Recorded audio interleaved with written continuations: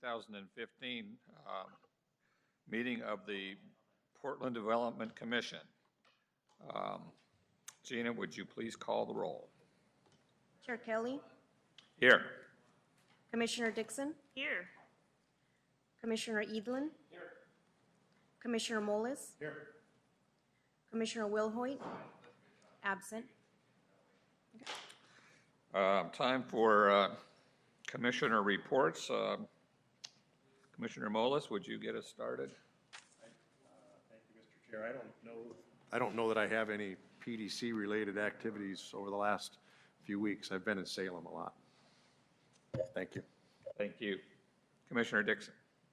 I would have to say the same. I have been just working nonstop for the last 2.5 months. Being a small and growing firm, it requires a lot of my time. So unfortunately, that is my report for today. Thank you. Commissioner Edlin. Well, Patrick and I just got back from the big state of Texas. Is yours on? Where we went down and the best practices group. It was pretty interesting. Good group of representatives from Portland, I thought, and a lot of good questions. And then did a drive around Interstate. Thank you. Let's see, I've had some of my usual activities, check-ins with the mayor, and I attended the State of the City speech. And then last night, I attended the League of Women Voters. They have done I guess it's a report in regards to it's titled Economic Development and the Role of the Portland Development Commission.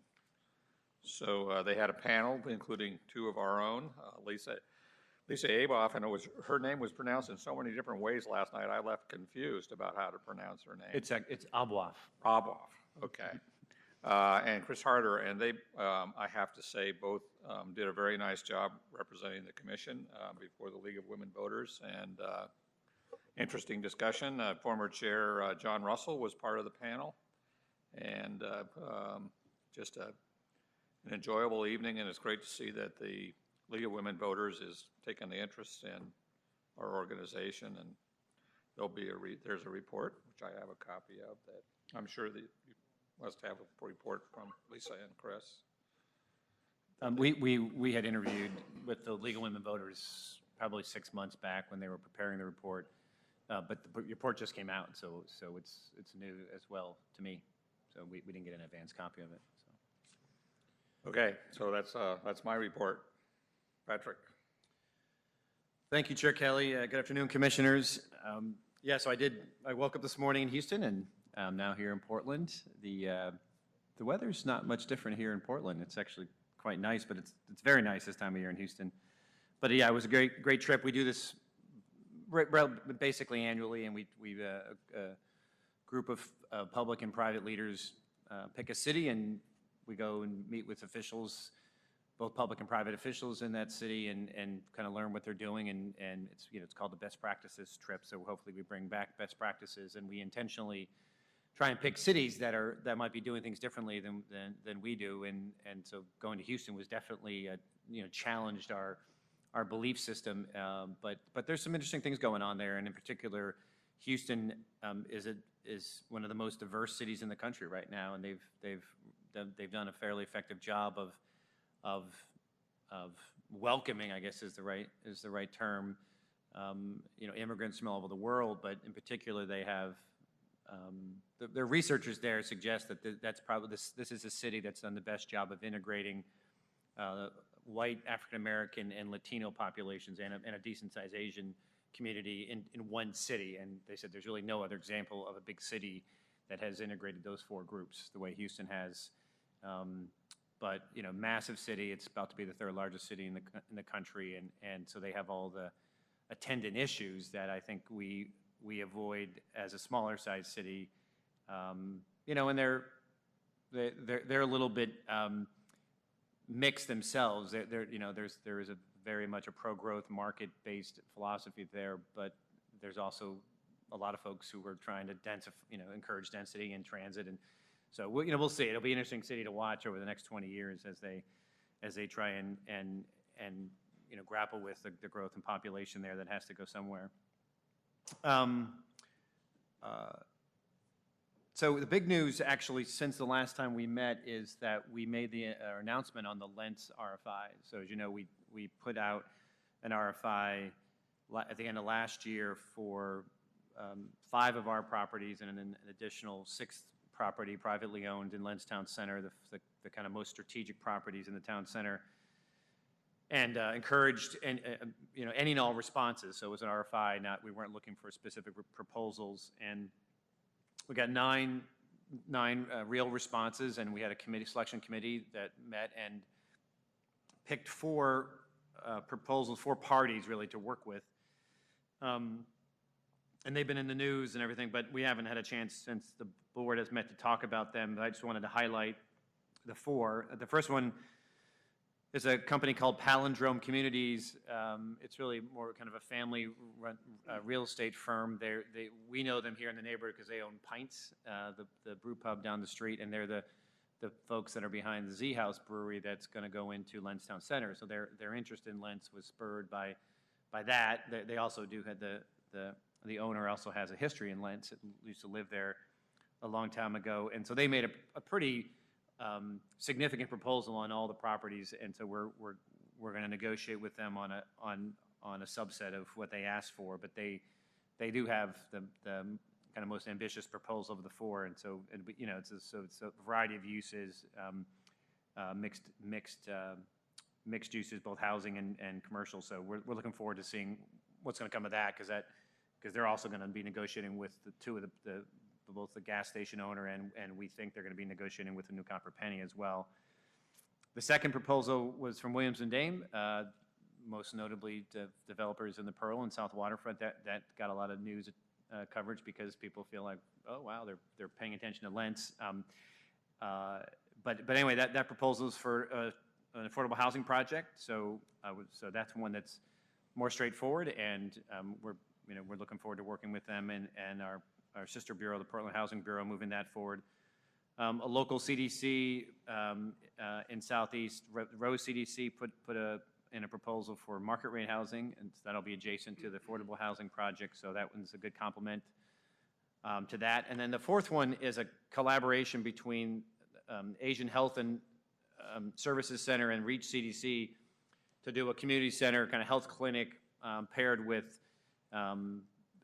senior housing project, and so that one is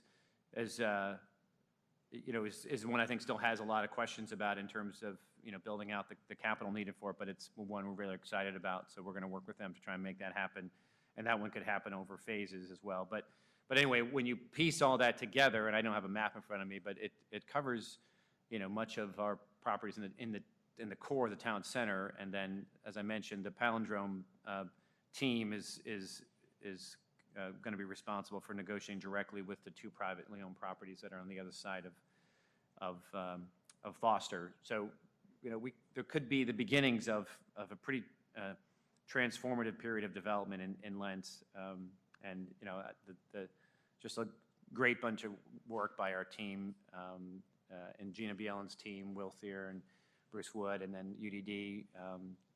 Trang Lam was no longer with us, had a big role, but also folks like Kevin Cronin. So it's been a great process. Some other news: this week the mayor participated in, and some PDC staff were there for the topping off of the 8th and Hostello project, which is the big 4-block project in the Lloyd district that was done by American Asset Trust. Just a project of incredible scale for Portland, so it's great to see that that's almost complete. And so they did the topping off, the final beam on the top of the tower. We haven't put any money into that project, so our role has always been more of a kind of liaison, but we have worked closely with that team and the other city bureaus. Irene Bowers has been our main point of contact with the AAT folks on that, but Amy Nagy and Michael Gerton have also been involved. And one of the reasons for our involvement has been some of the innovative technology that they're employing there on site. They have they're trying to deal with all of their wastewater on site there in this kind of living machine technology. So they'll process all that water on site in this area of the in between the buildings that will deal with 60,000 gallons of gray and black water daily, and it'll be reused for various building and landscaping needs. So it's an impressive technology, and we've actually worked with that team. GBD has been involved in that along with GluMac to promote that technology outside of the U.S. So they've accompanied us on some of our trips to both Colombia and to China and Japan. As Chair Kelly mentioned, we were at the State of the City speech, which was it's been over a week ago. A very ambitious agenda laid out by the mayor. So we're quite pleased to be supportive of what he's working on. He mentioned a number of our initiatives, primarily around the areas where we have action plans, so places like Lentz and Old Town, and he talked about the imminent progress in those areas. So we were quite happy to have that mentioned there. And then the other big thing I want to highlight now is that we just released the current draft of our strategic plan to the public. So we've talked to you about the strategic plan. We have it to what we call the 50% draft. So it's basically a cleaned up draft from the last time you saw it. And it's now something that we're distributing broadly to the public, and we're seeking public input in a variety of ways. So if you go to our website, it's very prominently featured at pdc.us. And then if you click on the link and go into the strategic plan page, you find obviously a copy of the plan, the process that we're going through. But it also has 2 open houses listed there. The first one is on February 25th, and that'll be here from 4 to 6 p.m. And then the second one is on March 4th, and that's going to be in East Portland at ERCO. That's March 4th, and that'll be from 6 to 8 in the evening. So those are formal opportunities for public input. We have an online form that we're using, so it's basically a virtual town hall. So if you go to that page on our website, you can click and you can provide feedback on that website and can see the discussion that's going on about the plan. And then, we encourage people to contact us with any questions, and we're happy to do specific outreach if there are community groups or other groups that would like us to present on the plan. We want to make sure that we hear all the public feedback that we can. The public input period's really for about 2 months, to like mid-March. So it's about 5 to 6 weeks, and then we'll take the feedback and we'll incorporate that into a fairly complete draft that'll go for final review by council and the board, and then we'll finalize the document. So hopefully that'll be by the middle of spring. A couple things since our last meeting. As I mentioned, our last meeting, we were, the day of our last meeting, we were going to premiere this new Tech Town video. So these are videos that we produce in collaboration with the software industry to promote our local industry and really promote it for talent to move here. And so that premiere happened that night. I won't go through that overview again, but it was a fantastic event. It's a fantastic video. If you haven't seen it, you should go to techtownportland.com, and you can see both videos, the first one and the second one. If you just Google Techtown PDX or Techtown Portland, you'll find that video, and the industry is very excited about this video, and their job is now to disseminate it. I don't know if you noticed, but Commissioner Eden and I were talking about this last week. The students moved into the PNCA building, so that building is open and running. And I was just describing, I was going to home one night last week, and it's dark out and everything, and that building hadn't had lights on it forever, and all of a sudden I rode by and all the lights in the building were lit up, and so it was just great to see that building's finally functioning again, and there's people back in the neighborhood there. So we're quite excited about that. There's the official grand opening, I think, has been scheduled for the first week of March, or second week of March, I think. Trying to think a couple other things. The J District, I like to always mention the J District because they're continuing to do innovative things, and they've just released something called the J Journal, which is a local publication for the district, but what's cool about it is that it's actually published by the students at the local elementary school called Harris Park Elementary. And so it's telling the stories of the district, and so we've signed on, and as an advertiser, we're completely suckers for this, and we think it's just a fantastic initiative, so we wanted to support it. You can get copies of it when you're in the J district, which is up and down 82nd. Couple of programs I just want to highlight. PDC is working with our partners in Southwest Washington. The economic development organization there is called the Columbia River Economic Development Council, and we've come together. We actually came together to apply jointly for a federal grant to help with our local manufacturers.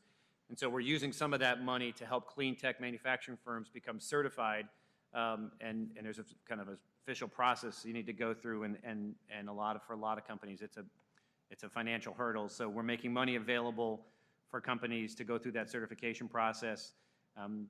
Companies can contact us if they want information. Pam Neal on PDC staff is who manages that.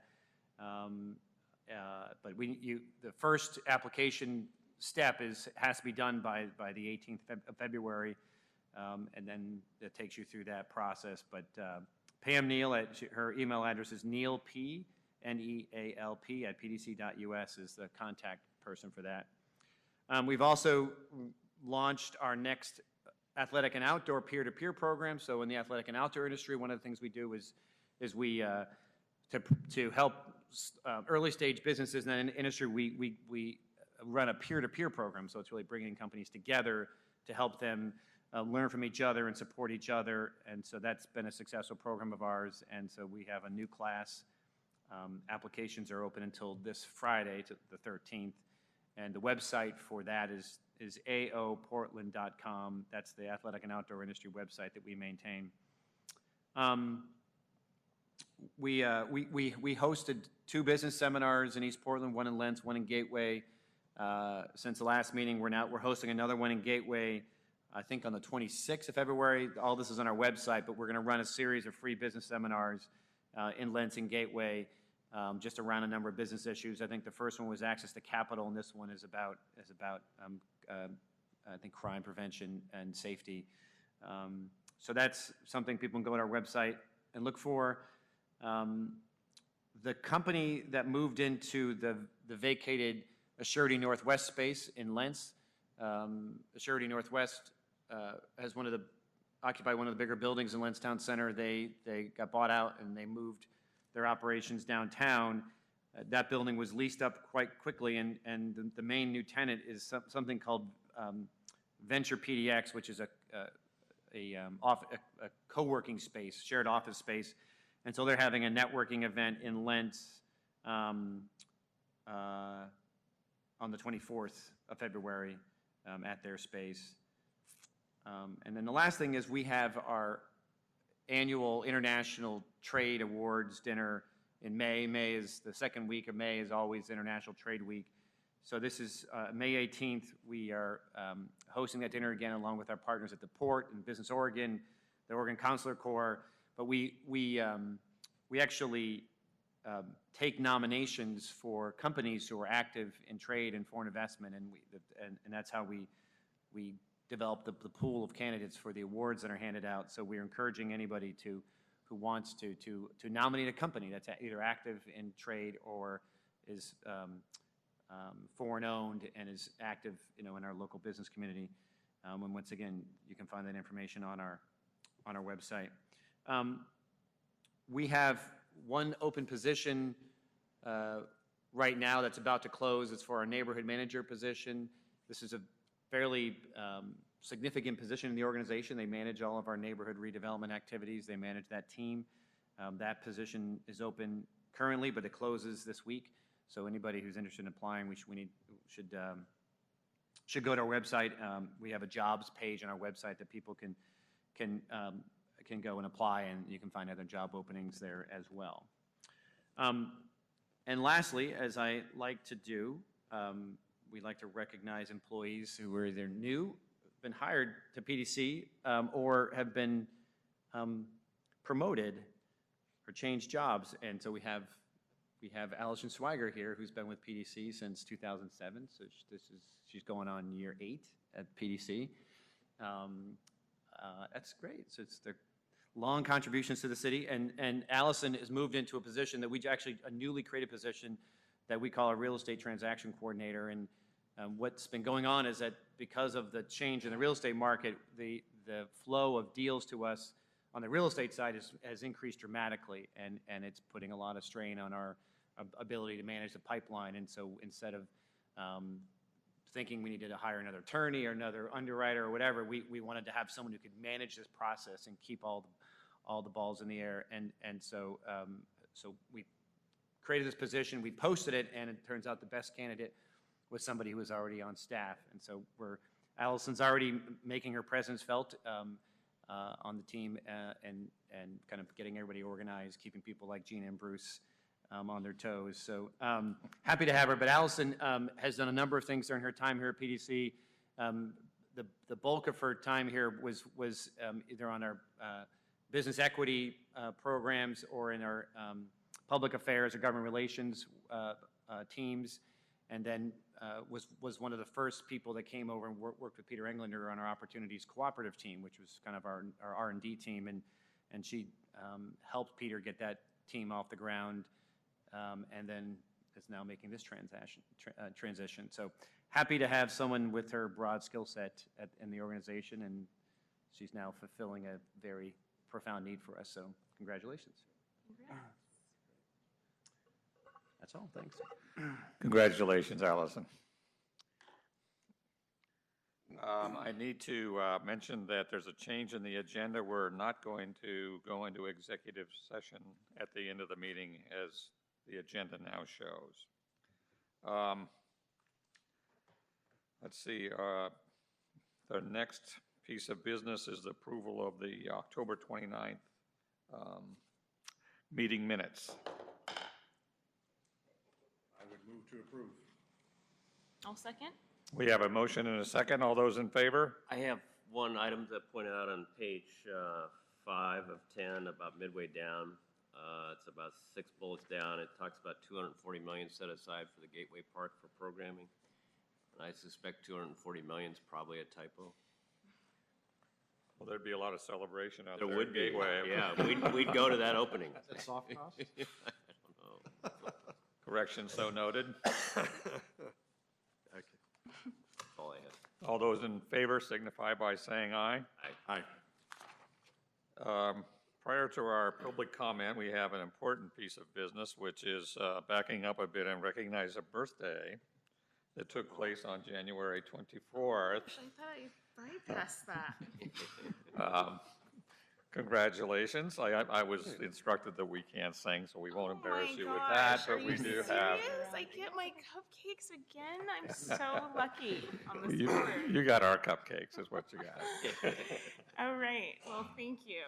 Thank you very much. Happy birthday. Thanks. Do we have any scheduled public comment?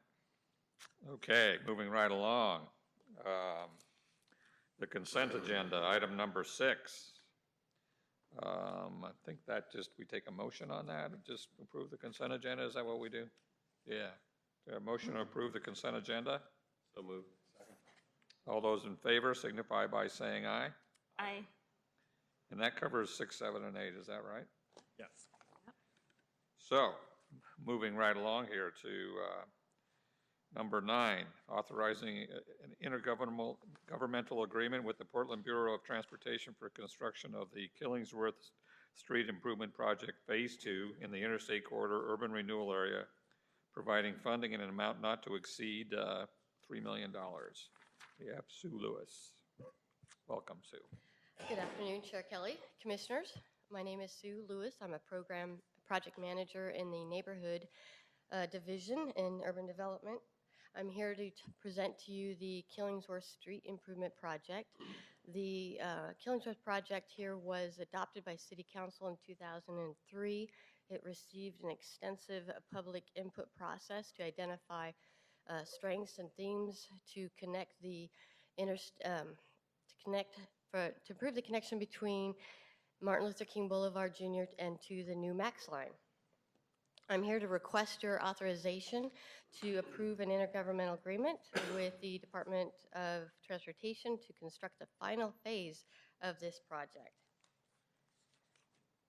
The first identify here is the Interstate Urban Renewal area, and I'm going to zoom in here a little closer to the street that we're talking about is Killingsworth Street. The phase one was completed in 2008, and it completed construction sidewalk improvements from Commercial Street to the Interstate Max. Phase two will complete the final phase from Commercial to MLK. I wanted to show you a before and after picture for phase one. You'll see this is Killingsworth Street, real close to the Portland Community College. And as you can tell, the sidewalks were in pretty poor condition, and on the right, after construction was completed. The next phase here will complete, as I said, the continuous sidewalks from Martin Luther King Boulevard. It will specifically replace and provide new sidewalks on approximately 10 blocks, add curbs and driveways and bioswales, add ADA ramps, and will improve the bike lane crossings and add in street lighting. On the final phase here is, you'll see on the left is the unimproved sidewalks, and on the right there has been private investment on Killingsworth, that is McMinimans on the right, and so this phase will help replicate that on the north side of the street. We sent out, and so this is a slide to show you how there is no ADA ramps, and so wheelchairs get to this section and they're just stuck. And so we did go out recently, and we mailed out over 300 project flyers. I say we is Bernie Karofsky, our business development officer, and Winston Sandino, who is here in the audience behind me to answer any specific questions later if you have them. We went door to door and met with businesses. We received a very positive response. The main issue that businesses had was they were concerned about access to their property, to the business. And written into the specs of the project, the contractor, whoever is selected, will have to provide access to the businesses at all time. Construction can only occur between 9 and 3 p.m. And it can only happen in 2 block sections and on only one side of the street at a time. So they have to complete the 2 blocks on one side before they can switch to the other side. Businesses will also receive notification at a minimum 7 days before the construction will occur in front of their place of business, so that they can identify any necessary access issues. And there's no street closure anticipated for this project. And so on the timeline here, PBOT will bid and award the project this spring. I want to let you know that the PDC's equity policy does apply to this project. It should take approximately 120 days or less. We're not sure, but we're giving 120 days. And staff will continue to provide outreach to the businesses to share what PDC's programs and services might be of assistance to them. And then, so if you have any questions, like I said, Winston Sandino, my counterpart at PBOT, is here in the audience to answer those, and I'm here to answer any other questions you might have. Commissioners? Do we have any questions? Good, It just good does seem projects like and a helps good, lift up the straightforward neighborhood. thing for us to be doing, doesn't it? I almost feel guilty because my business is only about 4 blocks down the street on Alberta, that it's improving my own neighborhood, but. It's No good you just questions? disclosed that. It's good. Well, we need something done on Alberta. Yeah, it's a great project, and it's exciting that I think this phase 3 has been kind of a long time waiting type of a project, and so to have it finally start, I think will be really exciting for all of the community members, and obviously it's much needed. So the construction sounds a little difficult just with the way that it's phased out, but construction is, I mean, as a contractor, we're used to having to deal with those types of demands. I just hope that it's, depending, who's managing the contracting aspect? The Bureau of Portland of Transportation will manage the project. They have a construction manager who will be on site, an inspector who will be contacting, working with the businesses to make sure that there's always access to the business and address any of their issues. Okay. Good luck to those contractors. So I'll take a motion to approve this unless there's any further discussion. Move to approve. Second? We have a motion and a second. All those in favor? Aye. Aye. Aye. Ayes have it. Motion carries. Thank you. Thank you.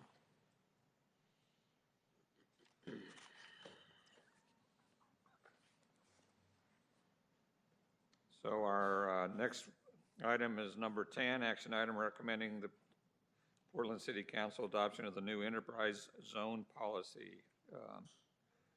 Chris Harder and Andy Reed are here to talk to us about that.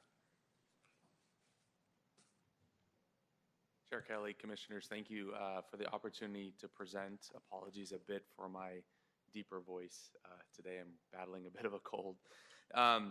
Before we turn it over to Andy Reed, who manages our Enterprise Zone program, I wanted to frame the conversation and presentation just a bit.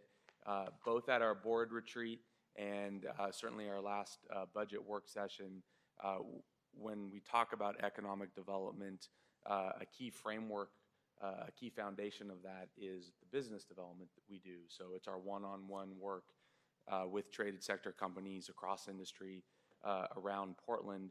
I think annually my staff does around 350 of those a year, so we feel a pretty good impact. At times, financial assistance is an important tool in business development, particularly as it relates to job creation and encouraging private investment. To date, the Enterprise Zone has proven to be probably our most effective tool in that effort. So I just wanted to acknowledge that before we get into the presentation. And then finally, as Patrick mentioned, and everyone's aware because we've been all going through the process of updating our strategic plan, I did want to present this, the Enterprise Zone program, as key to our ability to create widely shared prosperity, particularly as it relates to incenting community benefits with the companies where we do provide financial assistance. So with that, we have a quick, just a brief overview. We're going to give you, in addition to a board action, we're going to update you on the program so that you're fully aware of that. And then Andy's going to also walk you through what the changes are to the policy that we're requesting for your approval to request to City Council. Great. Thank you, Chris. Again, my name is Andy Reed. Thank you, Commissioners, for having us today. So as a kind of brief overview of what the Portland Enterprise Zone program is, this is a 5-year property tax abatement program on new capital investment, machinery and equipment construction. It's on local property taxes. In addition to that, we have an e-commerce overlay, which allows for a tax credits against state, corporate, or personal income tax for companies that are making e-commerce investment in addition to their tax abatement program. The Enterprise Zone covers approximately 20 square miles of commercial and industrial land in the city of Portland. We brought in the East Portland E-Zone, and you'll note in the map in green there, which brought in Airport Way, Lentz, Gateway, a handful of properties as well on the Central East Side. So we have 2 separate E-Zones, and we currently have 2 separate policies. So one of the goals of today and City Council action, we're proposing that we combine all of our 2 policies into a single unified E-Zone policy to cover both of the E-Zones. So the kinds of companies that benefit cross numbers of industries, they are going to be firms that produce some tangible good or service. And we've got companies enrolled from advanced manufacturing, clean tech, food, software, distribution, They are in Swan Island, Northwest Industrial Area, Rivergate, Airport Way, Lentz, Central East Side, so across the whole enterprise zone in lots of different kinds of companies. Some of the key ones you'll probably recognize include Vigor, Leatherman, Sun Edison, Bridgetown Natural Foods, Olympic Provisions, Viewpoint Construction Software, Campotex, and New Seasons, their central kitchen they put into the Central East Side. I've got a full list of all the companies with the investment amounts prepared in a slide. If you want to see that at the end, we can bring that up for you. So in terms of the program requirements, just again, kind of as a reminder, we require, state statute requires a 10% increase in full-time employees. They have to pay more than $13.50 an hour in wages. They provide benefits. They're required to retain their employees, so that we're not talking about jobs that come and go. There's a significant retention period involved in the process. They have to engage in WorkSource Oregon. We have them document a local procurement plan and how they plan to purchase locally. And for companies making larger investments, they also have to provide things like transit support. In terms of economic impact, as Chris mentioned, this is one of the tools that we have at our disposal that can really make a difference when a company is considering an investment. First, you'll see in the chart here that we've experienced over time a significant kind of rise and fall depending on what's happening in the economy. So that's the first thing to note, that our program is kind of lockstep in a number of ways with what's happening in the economy. We also, though, have seen a significant increase in investment here in Portland, and I'll get into the reason why behind that in a bit. What we've experienced, and kind of going back to the benefits of the program, the community benefits, we were experiencing about $25 an hour wage on average, with another $9 an hour in benefits to employees at E-Zone companies. E-Zone companies purchased in 2013 approximately $60 million within the city of Portland, and there are around 3,500 jobs connected to those companies that are here.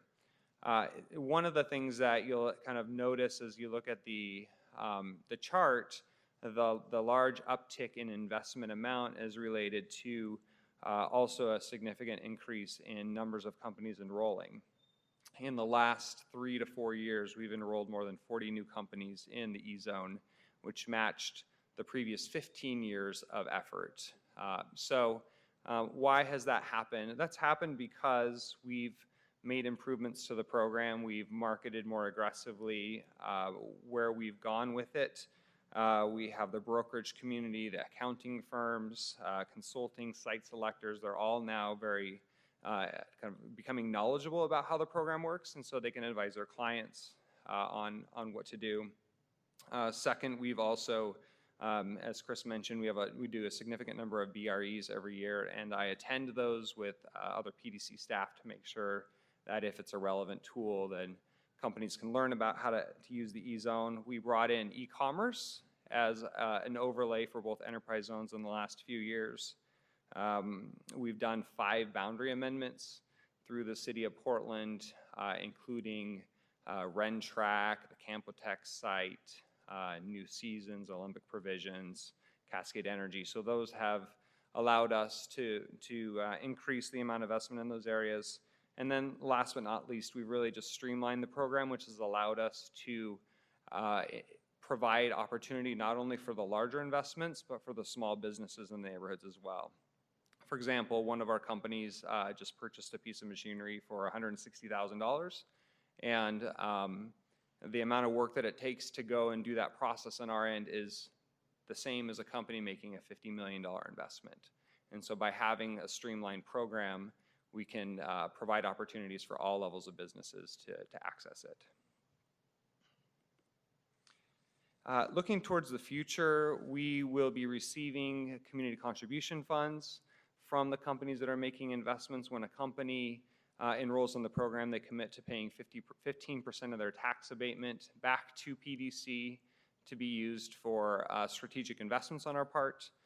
You'll see here in this, this graph that we're looking to allocate about $3 million in the next few years towards 4 main areas: workforce training in partnership with Work Systems, Inc.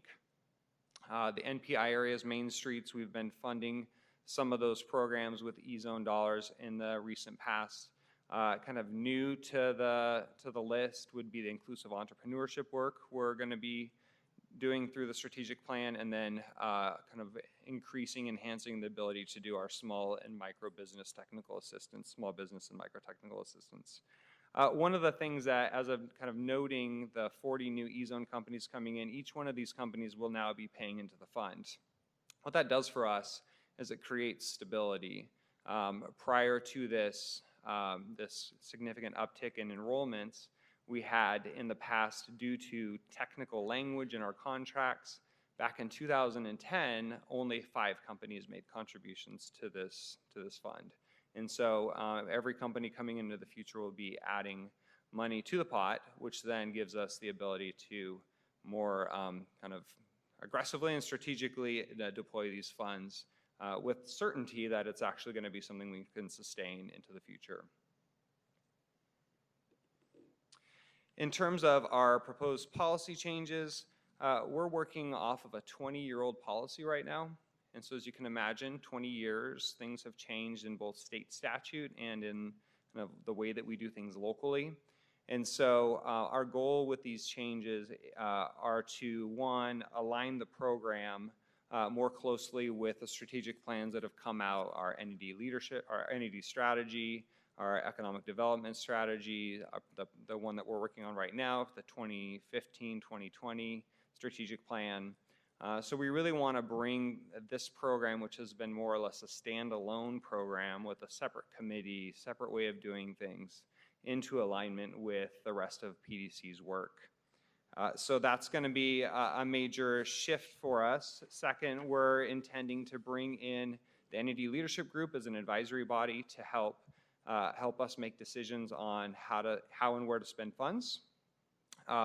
We've been using the funds to this point to do the kinds of things that PDC wants to do, but again, it's giving us a kind of more cohesive way of approaching spending the resources that are going to be coming in. Third, under the current E-zone policy, companies who make e-commerce investments are not required to contribute to the community contribution funds. And so we're asking to make a change so that we treat all businesses the same in how and the benefits that they receive, and also then what they're required to contribute themselves. And then finally, in 20 years, again, there have been a number of changes, so we're looking to do a pretty significant technical cleanup, as well as really streamlining 2 policies into a single united policy so that we can more effectively administer the program. A couple other things of note, a couple key changes under the existing policy right now. When companies are realizing more than $2 million in tax savings, they have extra things that they're required to do for the community, such as provide transit support for their employees. We're going to lower that threshold to $1 million of tax savings. We looked at the mix of companies and realized that these are fairly large, kind of multinational type companies. And we felt like that would be a good thing to do. And then the other thing that we felt was important was to do a stronger alignment with our equity policy. And there's language in the E-zone policy currently to align with equity policy, but there are exemptions within the equity policy for the E-zone program. And so we're removing those exemptions and fully enforcing the equity policy for E-zone projects. So that's another significant change coming up. So the board action today, we're asking that you recommend to Portland City Council the adoption of a new enterprise zone policy.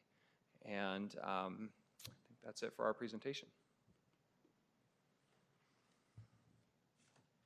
Questions? I don't know if I have any questions, Mr. Chair, but I think it seems like a maybe bit of an overdue cleanup and alignment, and probably more standardization, and probably business friendly. And so I think this is all good work. I know during our briefings we talked about if you could come back at some point in time with some more statistics about numbers of jobs and categories and all that. I know that'd be real interesting to me, so, thank you. Commissioner Dixon? I would agree with Commissioner Mullis's sentiment. It sounds like both of the policies have a lot of complexity to them, so combining them and seeing how that will play out will be interesting to us, and I definitely agree that we should recommend for this change. But some of the details to how it affects especially small businesses and the equity policy, I still wonder what are the implications and who has access to that and what does that actually mean, would be something that I'd be really curious to get a follow-up on in the future. Well, and immediately to that question, under the existing policy, the types of things that we can do with funds, it's very prescriptive, which prohibits our ability to be flexible and to then deploy them when initiatives come up or we have needs that we see in the community. We can't just do it. And so this is giving PDC and the community more flexibility and exactly to what you're talking about, impacting the community in a positive way quickly when we see those needs arise via work with the entity leadership group and others. Yeah, and that to me sounds really positive, and I think that would be a good step to move forward with these policies. And Commissioner, the pie chart that Andy showed, these are existing programs, so we can actually, when we brief you on any of these programs, we can point out where, where E-Zone Contributions Fund is, it's making a contribution to this. So we're plugging into existing, we're not creating new programs with this money. We're using it to support existing programs. So you see the MPI Main Streets, and then the workforce training is what flows through work systems and other training providers. So, but we can point that out when we brief you on those programs. Yeah. Well, and obviously the growth has just been phenomenal since 2010, and just the impact that it has on businesses and our community. I remember when you guys first came and talked to us in 2010 with the 5 companies and just trying to wrap my mind around what that was meaning, and it was a really big kind of proposal at that time, and just to see the growth over that amount of time is impressive. So I'm sure you guys have a lot to do with that. And I do, it is, Andy mentioned it, and it gets a bit at your question. We have seen more interest from our small business community in actually accessing the tool, in addition to obviously the benefits that come out of it through the contributions fund. So through the streamlined, but also kind of bringing them along in the program, that's been a benefit as well. So it's not just exclusively for very large companies. Yeah, as Andy mentioned, it's also for smaller ones making some capital investments. Great. Commissioner Edlin? Thanks. Are there any other areas of flexibility that this enhances beyond what you just discussed? In what sense? Just one of your bullets in here, it creates additional flexibility for you and your work. Mm-hmm. Yeah, so again, going from a policy that's very prescriptive and dictates to the letter how funds can be spent, it's a 10-year-old way of kind of looking at things. So the flexibility is just more general in nature, that we can take it a lot of different directions. State statute allows us to do that, and our policy is going to give us more freedom in general. Mm-hmm. And then on the community contribution side, I do want to emphasize this why we're recommending the NED leadership group. So as revenues do come in on that side, we have a body, particularly where most of these firms are located, communities they're in can help us make those strategic investments, which you see on here. It gives more flexibility, but we're also, I think, being much more accountable and responsive to the communities where these businesses are. Do you foresee any negative aspects we should be aware of these changes? I don't think so. Yeah, no, this has been a long time coming. So we've spent a lot of time with community, thinking through what's the best way to approach this. And for my part, I think we're in great shape. So. Great.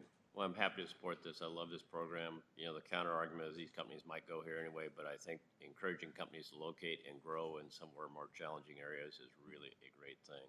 You mentioned in your presentation that one of your resources is the brokerage community, and having many years ago, having been in that community, I would encourage you to reach out to them because I think they can be a great tool as they're looking at companies considering relocating and trying to direct them into some of these areas. So I'm happy to support this. Thank you.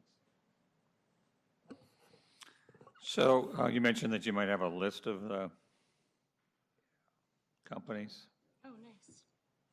So just the last couple years. So this is looking at 2011 to present. These are the years that the investment was committed when they submitted their application and begun working with us on an E-zone, and these are their estimated investment amounts by company. So the abatement is the assessment on that, or the, the taxes based on the assessment of that investment over 5 years.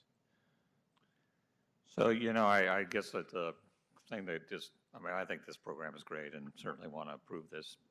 I just look at that list and I say, well, to myself, wow, there's not exactly a lot of small businesses on that list. And even how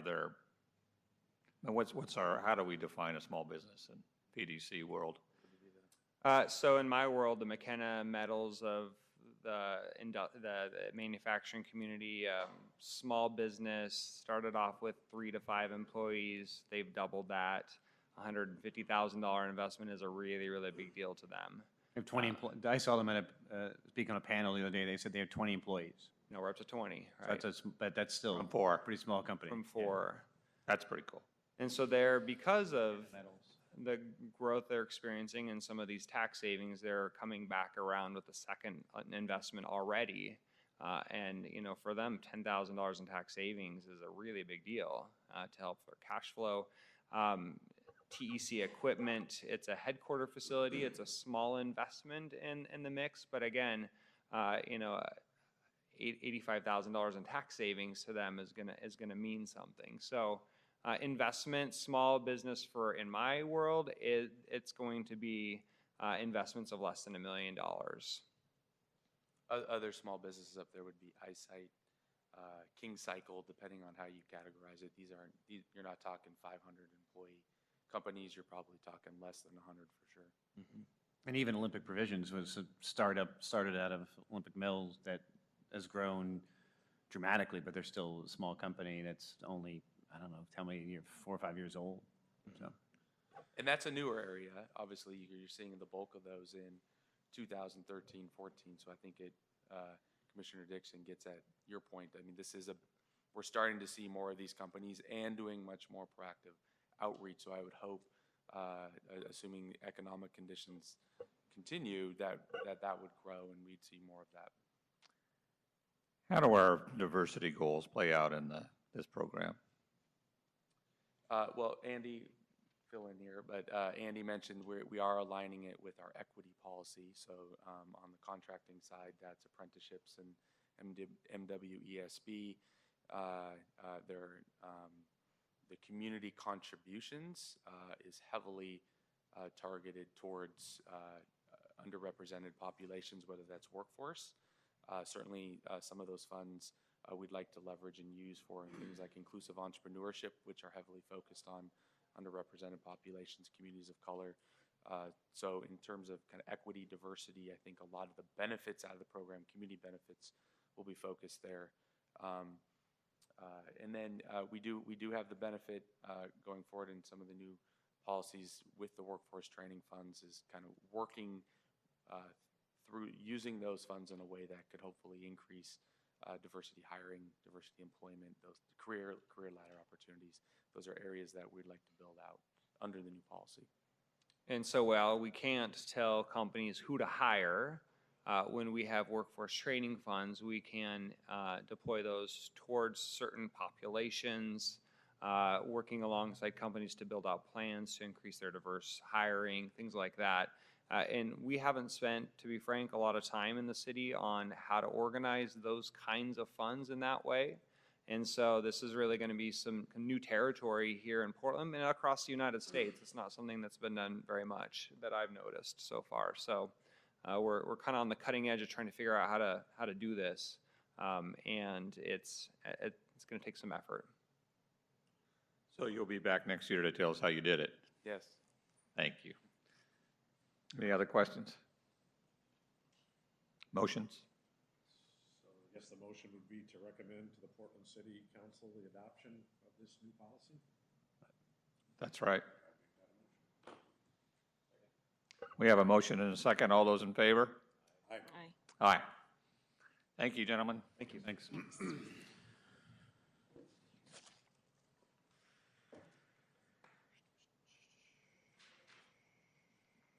And now for the truly exciting moment of the day, the properties review. This would be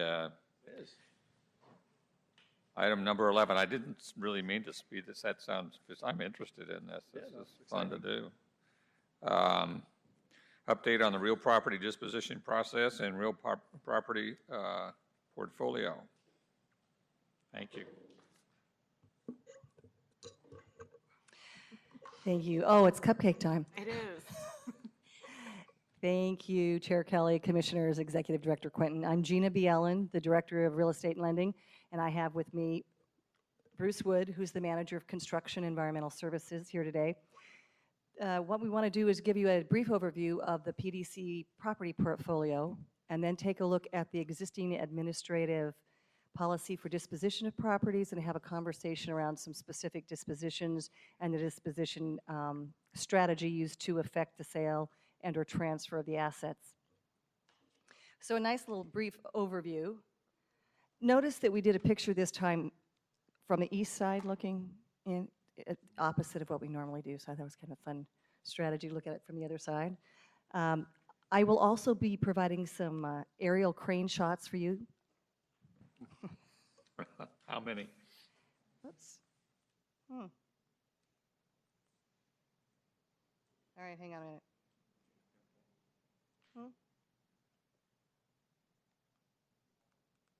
Okay, thanks.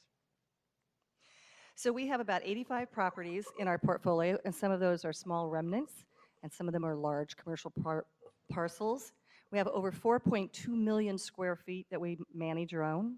Of that, about 25% is improved. The total real market value as of January was about $221 million, with a total projected net income off of those properties of about $1.7 million. We have a very diverse portfolio, as you can see, everything from a 5-story, 59-room hotel to cell towers, docks, and things like billboards.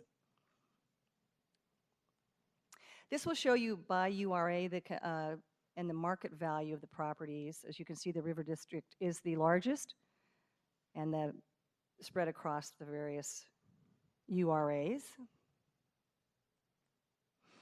This particular document shows by URA the net income of properties for about $1.7 million, and you'll see that in River District, the $1.9 million, about $600,000 of that is derived from Union Station. So even though it has not been repurposed and it has not put it to its highest and best use, we are seeing cash flow from that particular property.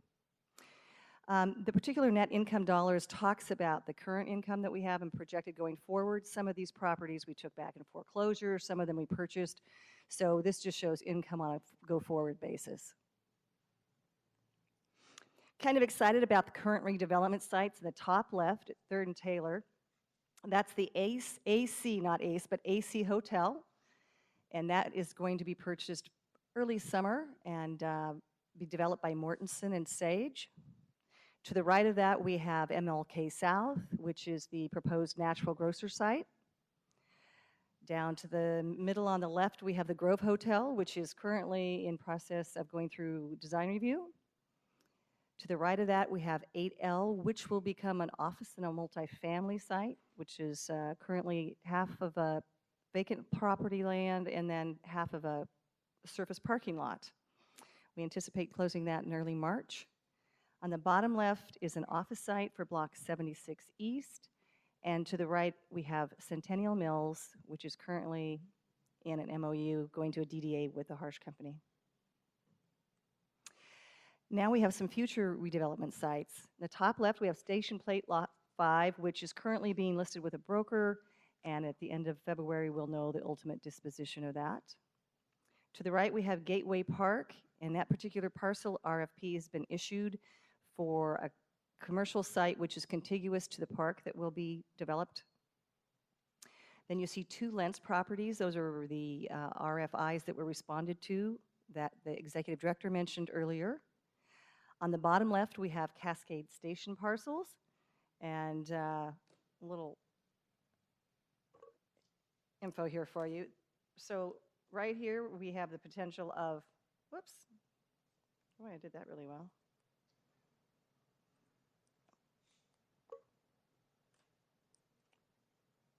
Okay, that's not working. Anyway, top left A, we have hospitality hotel going in there. In the G parcel, there's the proposed, actually under construction parking lot that will be owned by PDC. And then to the right, we have the B and K lot, which appears to be a surface parking lot, but it's not. It's just a vacant parcel right now, and that's adjacent to the Embassy Suites Hotel. And we've had an offer from the particular owner to purchase that, and we also have that listed with the broker. And at the end of the month, the ultimate disposition will be made. In the bottom right, we have Block 49, which is the proposed parking garage in companion with the Convention Center Hotel. This slide shows our current income-producing properties. We have in at the Convention Center. And to the right of that, we have what's called the Denver Street warehouses. If you know where Paul Bunyan lives, that's right out front of this particular site. And a future URA slide will show you what development has been there. The property has been re-tenanted, and we are just approving the last lease, so it will be 100% occupied. And in the bottom right is the Old Town Lofts commercial space, which is just a few blocks away, and you just approved the lease for that. Construction will be underway shortly, and I believe occupancy is about 90 days away. That'll fill that space. It's just one 4,000 square foot space, but it'll activate the ground floor. Here are some more of our income-producing properties. We have our billboards on the left, and someone asked me how we obtained them. They were on the sites when we purchased them, so we have them. The bottom left is the Spartech building, which is a heavy manufacturing building, and that's adjacent to the Denver warehouses, which was in the prior slide. It was all purchased in a package deal.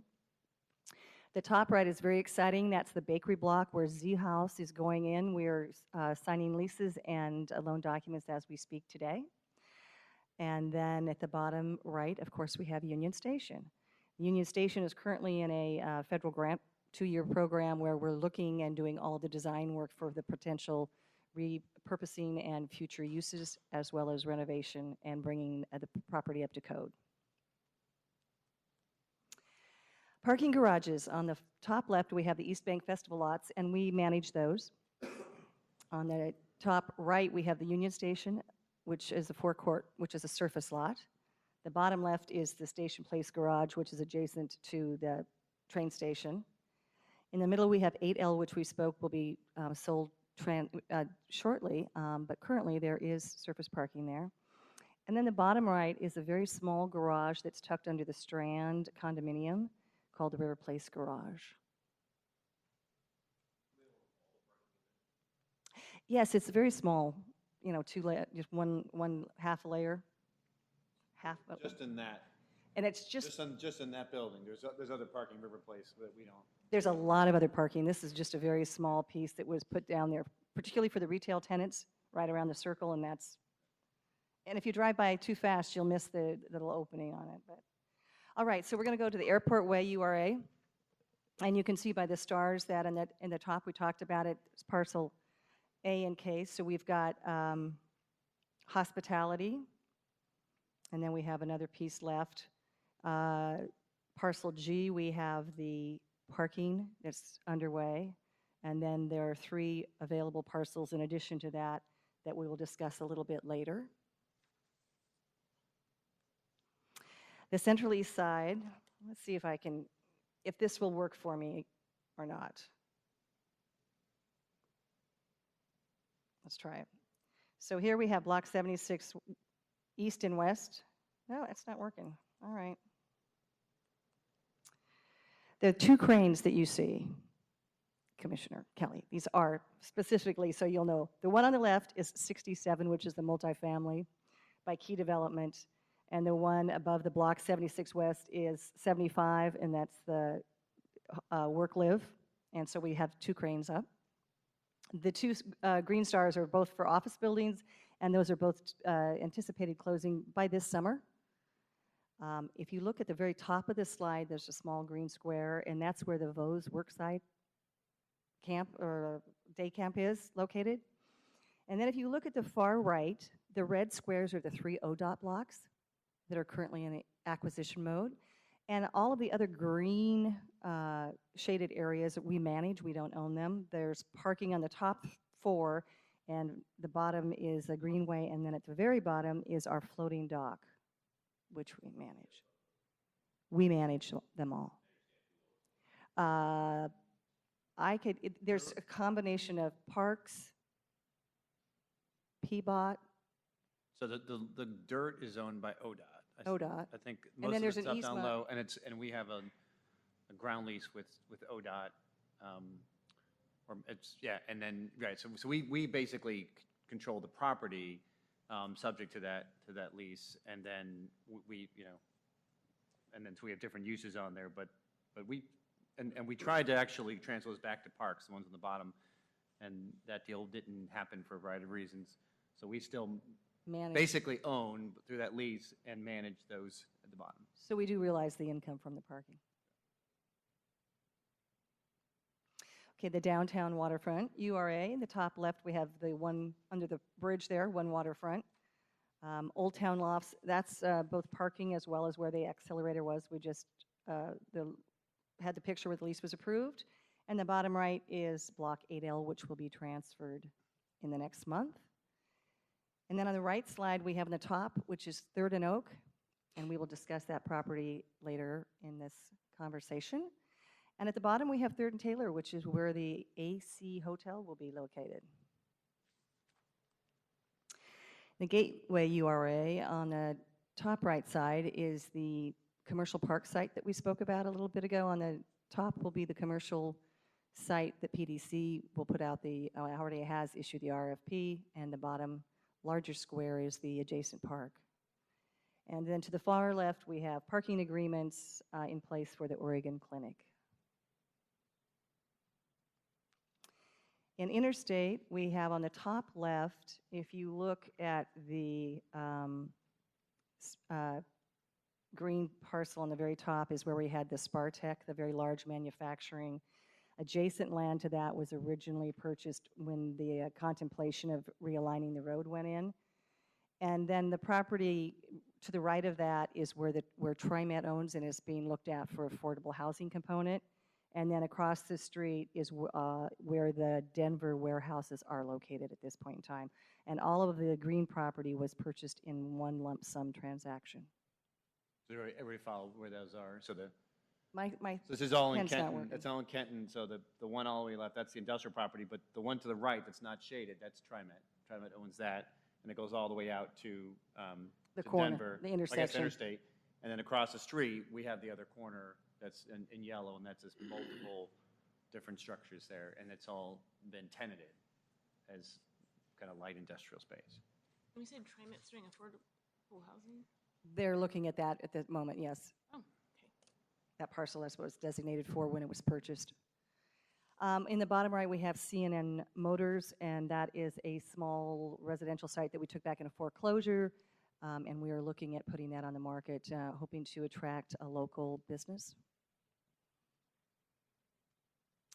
Then an Interstate on the top, MLK South, which is the proposed natural grocer site, and the square directly below that at the bottom is a small parking lot that we there was an ordinance when there was some road realignment, and it required that a surface lot be put in place because there was the removal of street parking. And we inherited that from the city. And we have a solar-powered charging We have two station there. charging stations there. Okay, Lentz Town Center, very exciting topic of conversation. On the far left, we have the Mercado. And if you haven't been out there lately, they're putting in some landscaping moving forward. That's very exciting. Across the street from that is an empty parcel, which we'll be discussing. And then if you move to the far right, you can see the Lentz Town Center. In the top right is a I think everything that Patrick discussed, but the top right would be the multi-use. You can see where it says Z House, and that's where the brewery is going in. And then across the street, there are, to where it says LTC 2, that would be the community center. Across from that would be market rate housing, and then down from that is affordable housing. And those are currently underway. And I need to tell you that where Z House is, there will be a crane there tomorrow, but they're just dropping off the skylight. I don't think we're going to count that one. Okay. Is that okay? But I wanted to make sure and keep you in the loop of all of our cranes coming. And there's North Mac. South Waterfront Lot 3 we'll be discussing moving forward. That's where the Red Star is. That's proposed for an affordable or multi-use site. And adjacent to that, below it, is the substation, which is considered Lot 4. And as you see that crane, that is where the grand opening next week, or the kickoff for the Hyatt. And that property was transferred about a year ago. So Lot 3, do we own the substation land underneath the substation as Yes, well? we do. And everything above. As well as all of the easements around it. And then the lot to the north of where the tower, where the crane is shaded because that's where the garage is. So we have the garage. We don't own the. No, we just own it, we don't own the tucked strand, We underneath. just own the garage. And We don't own that retail piece where the restaurant was either. No. No, but we also, we still have the park, right? Has the park been transferred to Parks? Just to the north of that? The Waterfront Park? I'm always confused about that. Anyway. There's a landscape park there Right. that we developed, and I think it has been, but we can follow up on that. any other questions on that? So then the Oregon Convention Center URA. In the top is the B and K lot, which is the one that we currently have listed with a broker to determine whether or not we will sell it to the adjacent property owner. And then, of course, we look down at Block 49. That's where the proposed garage will go. Block 47 is being transferred to the owner of the lot with, it's part of the actual overall construction of the Convention Center Hotel. So while we own it, we are transferring it to them, selling it. We're actually selling it full market value. And then if you look at the bottom part of the slide, we have the Inn at the Convention Center. The 910 building is a building that's adjacent to and actually connected to part of the hotel, but it is condemned. And then what looks like an outdoor pavilion or a park is also a parcel that could be redeveloped and contiguous with those other two buildings. So was that just put into kind of a quasi-park as a holding strategy? Mm-hmm. Thank you. We leased that to Metro for a nominal amount, and then they did all the improvements, and they understand that that's still a development parcel. It's not permanently. But if you go over there, it's very attractively done, which is, I think, probably far better than an empty lot would have been. The River District, of course, Centennial Mills on the top. Station Place Lot 5, which will be transferring, and then one Waterfront North. The reason you see that twice is it's two lots, one in the River District, two separate URAs, but contiguous to one another. You see Block Y, Block R, and then to the right is the old fire station, and the RFP was issued today for the disposition of that property. And then to the far right, we have the Grove Hotel, which we spoke about earlier. And you've got PNCA highlighted because of the loan that we have outstanding on that? No, we actually own it. We own it. actually own the building. That's part of the structure of that deal required that we take ownership of It it. had to be public ownership, so. Thank you. Okay, now we have the two properties that are in the EDU in the South Park blocks, and those properties will be disposed of according to the DDA with PSU that was approved at the last council meeting, or board meeting, yeah. It's going to council. Any questions about the presentation thus far? We're now going to move into the actual disposition policy. If you don't have any specific questions, we're going to go back to any properties you want to talk about and highlight a few specific that we'd like conversation around. We're going to come back around, so you can talk about properties. Okay. So it's an administrative policy which is, can be changed and is executed by the executive director. So we're not coming here for approval. It's an information item about how we move forward. And basically it states that we may dispose of real property that's been acquired, we'll carry it out in a legally, fiscally prudent and responsible manner, and that any disposition whatsoever of real property, sale or otherwise, requires approval of the Board of Commissioners. So the variety of methods that currently use is direct marketing, exclusive negotiation, development solicitations.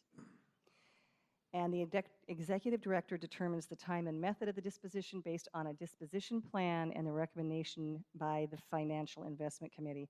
I will also highlight how frequently these items come to the Financial Investment Committee for recommendation. So direct marketing is a focused marketing effort, basically can be done of one of two ways. It could be done from PDC staff or it could be done by utilizing a broker. That's the direct marketing. Exclusive negotiations are in direct contact with just one potential buyer. Oftentimes that's done with a adjacent property owner. Then we have what's called the development solicitation process. So we have requests for proposals, qualifications, interest, and offers. Each one of them is slightly different, and depending on the outcome and the objective depends on which of the variety is selected. Proposals requires a fairly high level of response in terms of time and energy from the developers or individuals responding to the information. When we look at requests for qualifications, qualifications are basically what do you have? What are your abilities to execute? Not necessarily the end result or the end proposal, but what can you do to achieve that? Requests for interest, we went that way for Lentz, and I'll highlight what we've done in the past, but that was basically what kinds of things might you think would be appropriate for this particular parcel.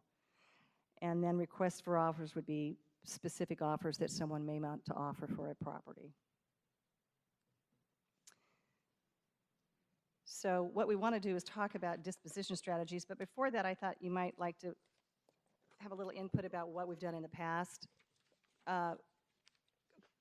In the recent past. So exclusive negotiations we did for Station Place Lot 7, for the MLK South Grocery, for Block 47, and for the Convention Plaza building.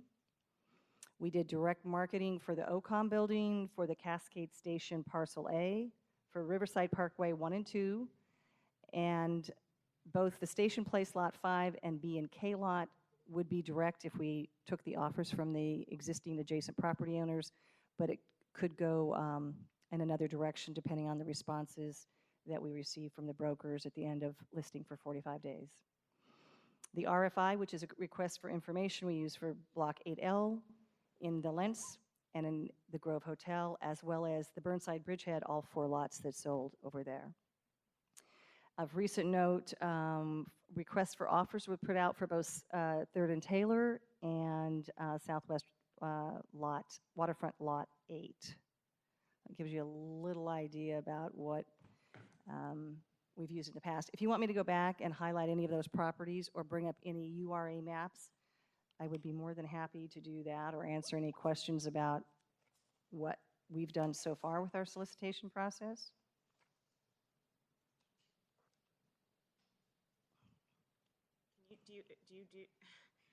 Have you done all 3? I mean, like, could you do where you initially had the intention of maybe doing direct marketing and then it ended up maybe you didn't get a certain level of response and so then did exclusive negotiations, or? With the administrative policy, at any time we don't have to move forward with any of the offers. We can basically put an end to that particular solicitation process, and then we can go through and utilize any of the others. Frequently, if you get like in Lentz, we looked for a request for information, and from that you then looked for offers and proposals, and then ultimately qualifications would be, the next piece in line to make sure that they could execute what they had an interest in doing. So oftentimes it takes kind of its own path in terms of defining from information to execution. Can you talk a little bit about restraints we put on uses on properties? For example, if we're trying to accomplish housing or if we're trying to accomplish office, is it very typical that we'll do that? If the property has a strategic goal, it will be highlighted specifically in whatever solicitation process is used, along with the requirements that we have, which would be all of PDC's programs that are required, and then anything else that we might want to see. If we want a particular mix, if we want to be really specific, we have done that, yes. Would you say the majority of the time our property dispositions come with that?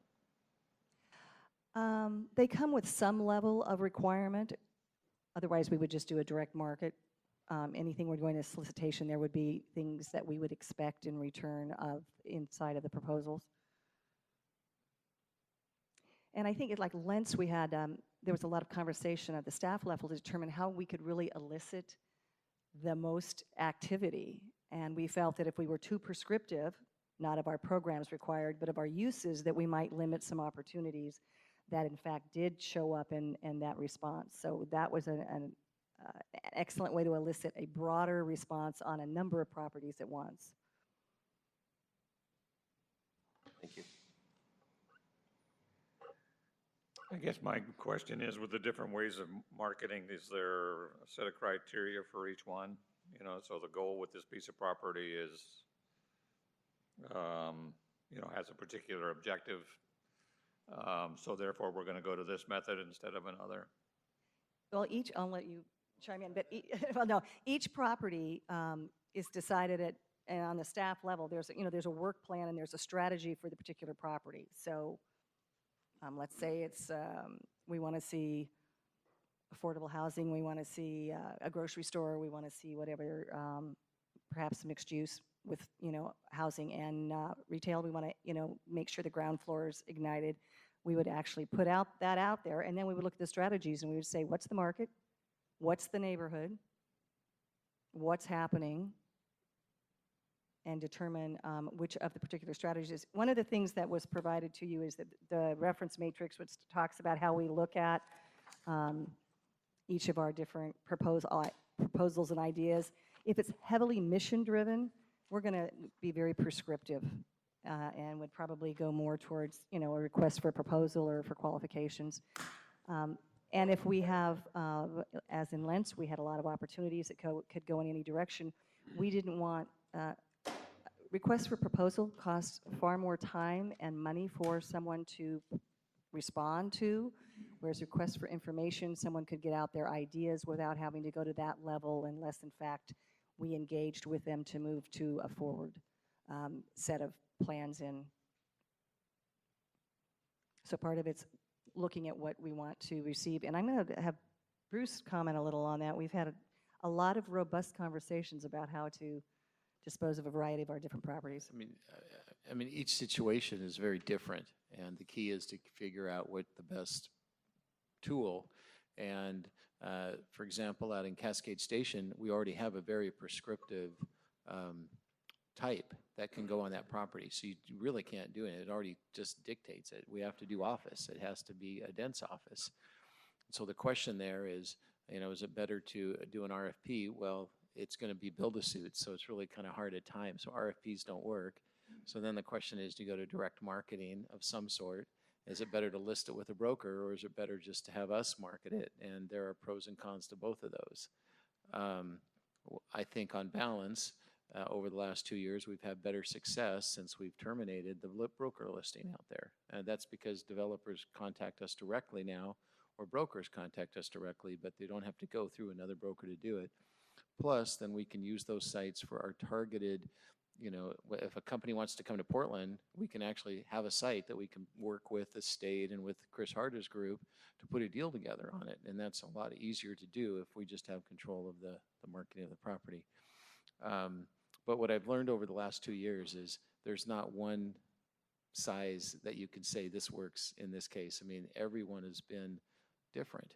And depending on what the objectives are that we're trying to do, we look at what's the best tool and then take that to FIC and have a very robust discussion about it before it's determined.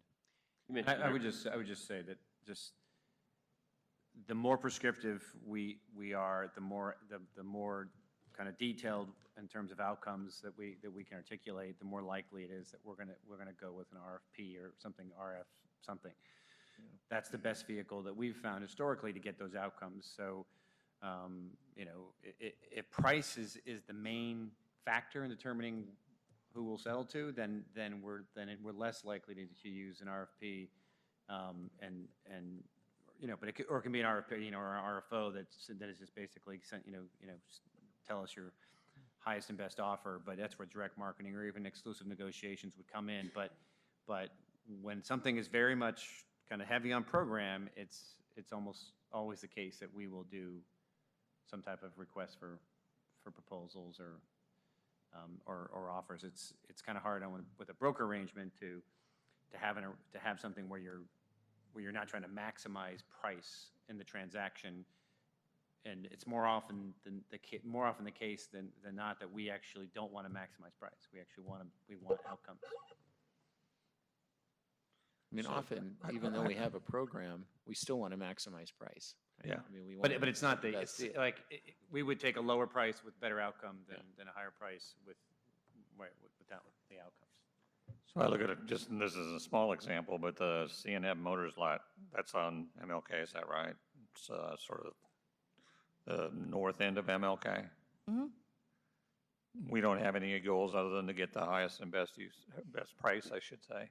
We have had some interest from a local business that would be interested in locating there. And so we have had a conversation where we thought it would be best to put a sign up. And so anybody else that would like to come, you know, bring an offer, they could also. But to follow on the question, we don't have any specific, PDC doesn't have any Doesn't have any specific program specific components that we're program, no. attaching to the disposition of that property. Right, but in that particular case, there could be a goal that is not necessarily the highest price, is to support perhaps, you know, a local business that's in that area that, you know, does not have the opportunity to find other Yes, parcels. that's what I'm asking. Yeah, and so the question is, if we were to put a and this is the feedback that we need, if we were to put a PDC sign on that, we can talk to anybody. If we put a broker on it, it's just, you know, one more step, and anybody can go at it. Well, that would be a place where I'd like to see us put a PDC sign on it so that we can open up to the local community, most importantly. That'd be my perspective. Okay. So you want to start at the top and we look for some feedback with that? Does that work for? Can I ask two other questions? You talked about at Cascade Station that we've got an option with a developer that's out looking for a use. No, what we are working with them. We have not brought that to FIC yet. They've made one to us, but we haven't taken that forward yet, and that's one of the questions, I guess, you know, is how Have we done that historically very much? No. We had Cascade Station was listed with a broker for decades and very little activity. I mean, typically, people don't tie up our property and then go chase a deal. And that would be one of the few cases, you know, that this actually might be appropriate, because we have lots of land out there. It's not like we're foregoing another opportunity. We have several other parcels that are still available. And the market's really just picked up enough to make this an opportunistic time for a build-to-suit on this site. My second question is about staff time. You talked about the time required to put an RFP together, or, you know, field the inquiries and so on and so forth. And I can only imagine how much time it takes. How much is our activity limited by the amount of time that we have in staff to handle all these properties? In other words, do we have properties that are, you know, we're not addressing because we've only got X amount of hours in the day today? I mean, We do have our we're working strategically through the portfolio. I wouldn't say that we have anything that's being neglected that's of a strategic notion because of that. And I didn't mean neglected, just, you know, how I don't mean much neglected, do we but- have the ability to Yeah, get in the queue? I'll answer. The answer is yes. Absolutely is the case. There's no way, I mean, we could tell you, well, we have, right? So you have a disposition, a strategy for basically every property on there, and the ones that aren't, they're kind of hold for strategic reasons. So, but even the ones we want to dispose of in some form or fashion, we cannot work on them all at once. So there is, yes, they're queued up, and we prioritize them, and certainly around opportunity. But yeah, if staff constraints prevent us from moving forward with as many properties as I think we would want to dispose of. So it would seem on the surface that there's two ways perhaps to outsource some of that where it's not a strategic, such as the C&M lot might be, or another one might be, and that might be to go out with an RF, whatever, for a developer to tie it up and have them put a team together and they go find the end users where it's a likely build-to-suit. And the second would be where it's just to get the highest price possible is go list it with a broker. Well, those two are opportunities, I think, totally different. I think Cascade Station would speak well to the build-to-suit because of its property type. But if we could just run down and get your input for each of the properties, I think you'll find we don't have a lot left that's just going to be sold for highest and best at this point in time. So if we start with Cascade Station, parcels A, which is, every time we sell part of a parcel, it becomes another parcel. So that's why Cascade Station is confusing by how it's identified. And we'd like to put a sign for PDC on there and leave it open for build-to-suit opportunities. Conversation? And then go in on one parcel. We would like to, Well, that's next. We're going to get Okay. the top ones first. all right. So So this one, you're saying you're putting the sign. and we'll it's- put a sign on those 4. And why would we do that as opposed to listing it? We had it listed. We had it with listed for Seaview decades and got Not decades. And you're getting calls now, Decade and a half. right? 2 decades. You said you're getting reason. calls now on Yeah. Cascade Station, so truly, you're the first point of contact at this Mhm. point?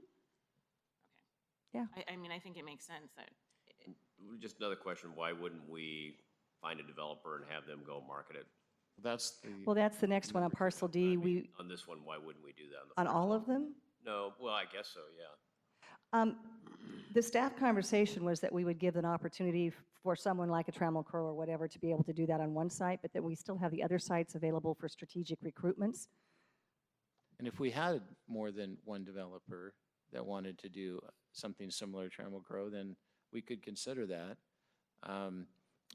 There's not a robust market enough to have 2 spec office buildings being priced in that, so we would just have to evaluate at that time. The Trammell Crow proposal is truly, let's put an office building together, put it on the shelf, and have it ready to go so we can meet a tenant's timing. I mean, if we were to take that approach, the other thing I would say is then you'd have to go through an RFP to get the developer, if you're going to put all those properties out for one developer to come in, even if they're then going to go out. So you're kind of back to the same questions. We have to figure out what then the strategic outcome is if we're going to tie up all these properties with one developer. And Cascade Station just hasn't worked that way. It hasn't developed in that lease. I mean, the problem is, and I will grant the conversation is a little bit, we're not kind of thinking about all the data. We went through a big recession, so a lot of the data points that we have up until the past year or two really may not be relevant because we could say it was listed with the broker and we got no activity. Well, maybe there was no activity, period. So we do have to account that some of our recent history doesn't really speak to the market we're in right now. So the type of dispositions that we got away from in the recession might be effective now, but that kind of large-scale kind of opportunity, it has to be, I just think we have to make that an RFP. It has to be not only broadly advertised, but it has to be articulated really clearly what the criteria are, and I don't think it can just be priced with how much investment has gone into Cascade Station. So I think it pushes us back to the parcel by parcel, opportunity by opportunity, and there we're always juggling, what does the market want, and also what strategic objective can we achieve there? Because, yeah. Anyway. And also putting signs on the properties does put PDC's name out there and doesn't preclude us from doing a different type of solicitation in the future if we chose on a specific site that maybe we wanted to do an RFP. If in a case like that, if a broker were to bring a client forward, would we work with that broker? Definitely. Okay. And actually, they get the Are full. are we marketing those to the brokerage community as well? And we will, obviously, they then get a full broker fee as opposed to if we have one that's already listed and isn't really doing any work and then they have to split it. Always makes it a more challenging transaction.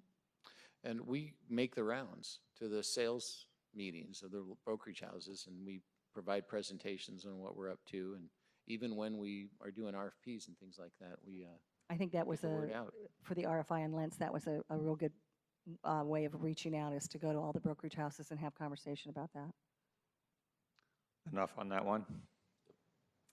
Okay, so the properties Tate, 93rd and Woodstock, Architectural Iron, and Bowski are all contiguous to some property in the Lentz Town Center. They're not as strategic as the ones we went out with, so the conversation has been to put them on hold for the moment to see how they develop as the other developments take place. I think that makes sense. Yeah, I agree. If somebody came along and was interested, you're going to talk to them. Oh, definitely. I mean, we will put signs on them too. And these properties, I'm not sure for every single one, but they were the subject of an earlier RFP. So I forget, maybe a year or two ago, we did an earlier RFP that we put out the non-strategic properties, which included these. Actually, earlier this year, we did a And not. interim and a right, and non-strategic properties. We didn't get a lot of responses, so. But I do believe that as we move forward with the proposals we have for Lentz right now, that we're going to see additional activity and inquiries to the other properties that we own. And once that development occurs, then these become strategic properties. Yes. Then the Metro Auto Wholesale West Lot, that's the property that's across the street from where the Mercado is. And there was an individual that had proposed to put a dental office on the site in Lentz Town Center that is actually, looks like it will be the community center. And so they had questioned whether or not we'd be interested in allowing them to purchase this particular lot. So we thought it'd be appropriate to go out and do some type of direct marketing. If they choose to respond to it, they could. It's not a particularly strategic site, but depending on the activity at the Mercado, there might be some more interest in it. So the question is if that is the case, what type of direct marketing? Because, I mean, the challenge we have on that property is we get a lot of calls for auto yards or just things that we would not accept out there. We're looking for much higher use. And if we put a PDC sign on it where we've got a name, people call us, and we can say yes or no. But with a broker involved, it's fine. We could do that. It might get a little bit more marketing, but given that neighborhood, it's not like a lot of brokers are working that particular block. It's kind of an island out there. So it's What's a the question value mark. of the property, do you think? I mean, just ballpark. About 500? Yeah, probably $500,000. And it's a really funny access. We were looking at trying to just figure how dense we could make it. It's a little bit unusual shape, so it's got some challenges for density. It really is a user-driven, some guy who's going to try to, really roll up his sleeves and try to figure out how to make that work and meet what our objectives are. So what do you think? Put a sign on it, PDC. Okay? Yeah, Okay, PDC good. sign. Offer a full fee to broker and. So the next three are the in the Convention Center Hotel, along with the contiguous parcels we talked about. And we decided to hold that until the Convention Center Hotel is developed and then evaluate a disposition alternative at that point in time. And I'm excited to say that the Inn of the Convention Center Hotel has increased its operating revenues dynamically, dramatically, and it has improved its tenant population mix, shall we say. We've done some upgrades, a few capital improvements, upgraded the rooms, and it's been a very important part of the convention center because the Red Lion had been closed and is being totally rehabbed down to the studs. So it became a much more active hotel in the last year than it had been in the past. So Block Y is. That one I do want to confirm. So we would be not actively pursuing a disposition there or any kind of, development proposals there, just to make sure that we understand what market they're really they'd be proposing in. If there's a convention center hotel there, it feels like that would elicit a different set of proposals than if it wasn't. Even as soon as construction starts, it seems like then there's going to be a different perspective because there's still some question, right? Right, and so the other scenario, which I don't think any of us want to see, but if you play the opposite scenario, let's say for some reason the hotel project ends up getting killed and never happens, then you might get a different set of proposals. You might get hotel proposals on that site as opposed to, so it does feel like something that we don't know enough right now to put it out in the market. And I know that there's some value, some tremendous value to it in the future, but we want to make sure that we hold it until we know what the market will be. Conversation? Good. Good. So Block Y is that surface parking lot across from Union Station, and we're going to hold that in conjunction with the upgrade of Union Station. Good. Right? Okay. Block R, you want to address that one, Bruce? It's across from PNCA. It's a full block, just south of the Bud Clark, Commons building. Oh, that Not, but not Bud Clark Commons. want me What to do they go- call it? And we're looking at that. It's a very valuable piece of lot parcel. I mean, it's probably the top Full block, yeah. redevelopment opportunity we have. The site, that area is certainly in transition. We're looking at parking in that area, and one of the ideas is that might be where something goes above it, but we put a very large district parking garage. It's one of the few opportunities we could do. So it's unknown. We get calls on it all the time. We have just said no at this point because we're waiting to see things happen out What's the there. FAR and height there, Bruce? Doesn't it have a bunch of it? It has a bunch of FAR. I'm not sure. I think Height is like a gazillion it's feet almost. 150 feet or something like that, and it's the height. There's So a you're lot of thinking- opportunity there. You thinking above grade parking or below grade parking? Well, there'd probably be a combination, but again, we're not that far along. It's more of just how do we do it, and again, the parking code is currently under review, and this is just a parcel that we have not really focused on the last 2 years because we know things are going to change there, and it's a very valuable development parcel. So So you're currently direct marketing? there's No. nothing Oh, going okay. on at this point. It's one of the ideas that if we got to that point, we were ready to do something, well, some form of direct marketing, that'd be the most appropriate, and probably with the broker, or if we had a certain, if we knew that we'd do the garage, then we might have to go to an RFP for something above it, of some I feel sort. like we but do we're not need there a yet. garage at some point, and we should need to be thinking about that. Right. And this also would be another strategic site when we're looking at future revenue stream, Should have a been in business- Houston. They got garages. business plan.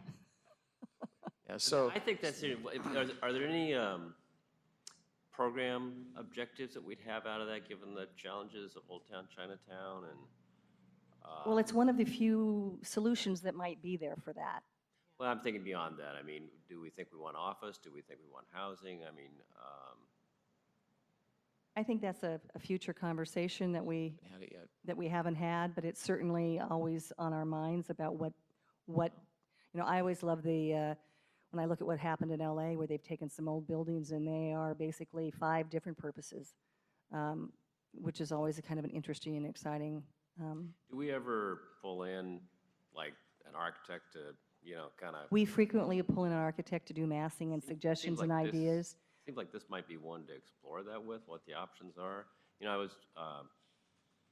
Patrick was talking about PNCA, and I was up there looking down on that from the 8th floor or whatever the heck it is, and boy, I think that just got a lot more valuable with PNCA across the street. And I think as we move forward with some of the other possible I agree. neighborhood opportunities and Union Station renovation, it's even going to have more. Can I make a value. suggestion that because I do think it's somewhat confusing for the board conversation that this says direct marketing on it. We'll just I think- remove I think that. we ought to remove that and come back with a would, specific proposal. I 'cause think we'll say hold. Because it feels like there's a number of strategic objectives. With everything we have going on around there, putting it on hold for now but temporary hold. Yeah, How about a future conversation? Yes. I'd like to suggest maybe it's worth pulling an architect in for a minimal amount of money and do some massing and see what we could do there. Yeah. Because I think that might I be think, helpful. yeah, so the other piece to this is, it's just like the convention center site is what the impact of PNCA is. So the whole other scenario is this PNCA going to have a need for development on that block? Is there a need there a that we housing can meet there? component? So I agree. I think we ought to, it maybe is a property where we need to convene a number of folks and have some conversations about it and maybe bring in some expertise and then Sure. refine our objectives and we can bring it back to you. Because I think Bruce is right. It's probably the most desirable piece of property that we own. That's not, I mean, not, set aside that our revenue-generating properties. Yeah, yeah.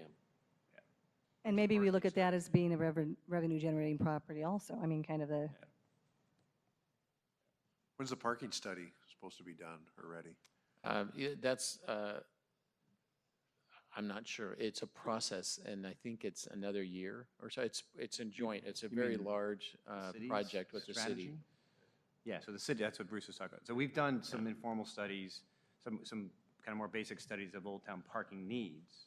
So we have that work done, and we have rough estimates of what is basically a parking deficit in Old Town right now. So we have data with regard to Old Town.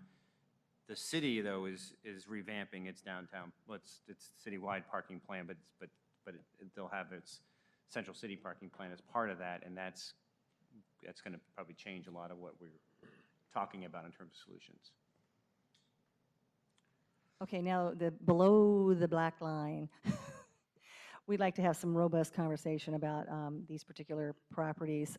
Southwest 3rd and Oak is the property that we have the 3 99-year leases for 32 parking spaces, which is costing us roughly $100,000 a year at this point in time. And we have had, in the past couple of months, 2 specific offers to purchase, and they would take over the encumbrances.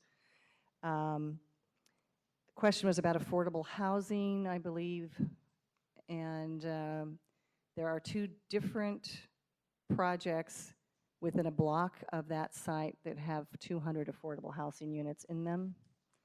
That's not shown in there, just an information item for you. So conversation is how to move forward with 3rd and Oak. And Bruce can highlight. It's very complicated because of the parking encumbrance. And, you know, as you look at a development deal, somebody's going to have to build that parking garage in there and essentially condominiumize it or some arrangement with the owner. There's been attempts to, you know, resolve that financially or do some other things. That's has not been successful. So if we go out and we market it, you know, the question is, do we put a sign on it or do we hire a broker and go out with it? The challenge with the broker, it just depends on how how we're going to compensate the broker adequately for that. I mean, the parcel right now is not going to return to, it's not worth if you include the parking encumbrance, it's probably positive now, but not a lot. Okay. In addition to that, we currently have on our books, I believe it's $3.3 million that's being earmarked as a requirement to hold because if we had to build a garage, then that's what it would cost at this point in time to satisfy the encumbrance on that lot. So basically, by disposing of this property, we will have $3.3 million to utilize. And we don't have any strategic plan for it, you know, and there I mean, we seems to could be call- enough affordable housing. I mean, we could call out something if there was a particular, I mean, I think we probably are going to see office or hospitality at best. Do you have any sense of what the 2 uses were that approached us? Oh, well, the last 2, go ahead. I mean, One was multifamily.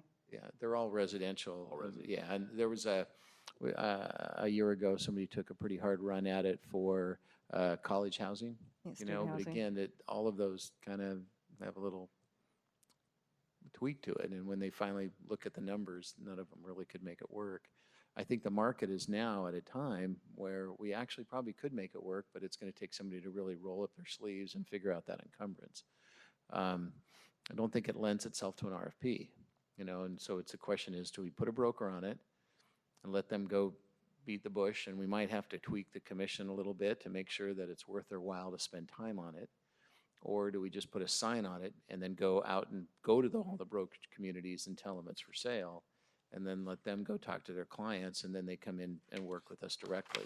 Because I think we're going to end up picking some development idea, and then we're going to have to say, okay, go run with it, and then we'll see what happens. Sign on it for 6 months and then bring in a broker after that. What do you think? I think I'd go hire a broker. my recommendation, I think. Okay. Have you received, I mean, are you getting calls? Are you Yeah, we- getting we have- We get interest? calls without them. Yeah. Yeah. The challenge is that if the property is sold for, it's probably going to sell for less than 2.5 million, but let's call it 2 million, right? Uh-huh. Okay, $2 million for a 6% fee, is that about 120 grand, right? Yeah, Okay, but are they and gonna then you're buy gonna it for that? divide it in half is 60, then between the team, pretty soon it just gets to the point, and this is gonna take a lot of work. It's not something that you can just turn it over to somebody. The broker's gonna have to work very hard to do it. And then if you take the cost of the encumbrance in there, the actual true value is, So do And we if feel you like the work broker directly- doesn't want to do it?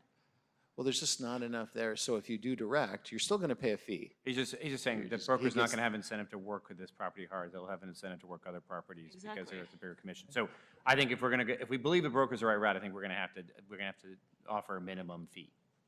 or we It put can't a just be sign on it. Just can't be a percentage of the Okay. price. Or we So put we're a hearing sign on it, broker, and then, negotiate a little bit more attractive Yeah. fee. Yep, okay. so broker? Okay, then on, this is 1 and 2 Waterfront. If you want to have want to go ahead and start the conversation, Bruce? It's the, site over by the Broadway Bridge, and it's split within 2 urban renewal districts. One's in the River District and the other one's in downtown Waterfront, but the parcels combined. It's adjacent to, Jim Winkler has an office building that he designed, and how long ago was that? 10 years ago or more? 10+ years ago. Jim's right And- there. You can tell oh. us. It was right here. So they were going to put a garage on it. There were a number of reasons that didn't work out, but so here we are with that parcel. There was, it has a lot of challenges because of the bridge, being right next to the bridge and being under the bridge. Certainly, there's been interest by Jim to move forward with that project again. And he's got some ideas for housing and some affordable housing ideas, as well as the garage, as well as combining it still with the office building. So there's some reasons that, whichever we do, I'm sure Jim will want to take a run at it. The question is do we list it with a broker? Do we put a sign on it, solicit it? It's not an RFP situation. We don't really have a strategic need to run it out there. So it's, again, a recommendation. We either go with a broker or be able to, and at one point in time, we think, well, we'll just directly negotiate because our policy allows us to do that because Jim's the adjacent property owner, right? So,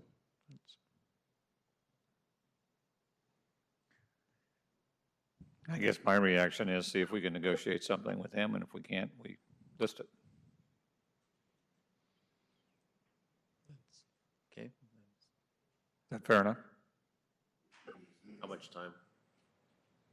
How much time should we give it to negotiate it with Jim? Couple months? 90 days, Yeah, 90 days? 60? Yeah, 90 days, and then, I heard 60. Do I hear 73?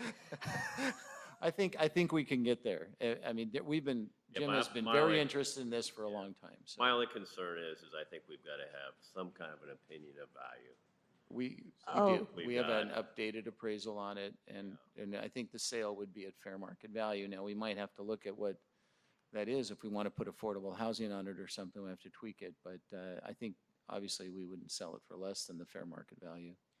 I think at least my sentiment for saying yes is I know how much time and effort's been put into it and how much has been invested into it. Otherwise, I think I'd just say take it to the market. So I think out of respect and of what's been done, that is the only reason I'd say go this way. And how much pull is there for an affordable component to that? how much what? How much would we want to look at for the possibility of putting an affordable housing component on top of the garage? Because I think the sense of this commission is we want to encourage affordable housing. at the where cost we of can. value, At the- therefore, You would- I think We would consider I that. think we would like to know what those options Is that a are. fair? Okay, okay. so you'd like The to other see thing the I would- options?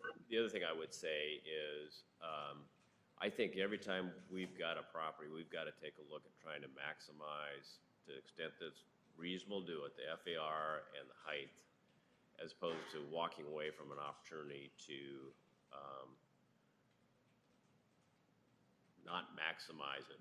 And and I understand with affordable housing, we might have to build parking, but if we're gonna build something else underneath that, you know, we've already paid for the land, we've already paid for the footings and foundations, and it just strikes me it has gotta be the cheapest opportunity, even if we have to build some parking to suit it.